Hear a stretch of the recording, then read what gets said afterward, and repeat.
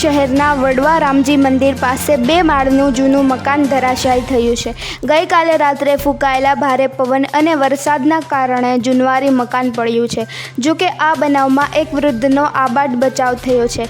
ભાવનગર શહેરમાં આવા અનેક જૂના અને જર્જરિત મકાનો આવેલા છે, જે અન્ય લોકોના જીવ પર પણ ખતરો ઊભો કરે છે। સંધિ જાગૃતિ ન્યૂઝ તંત્રી જાહિદ મદ્રા દ્વારા।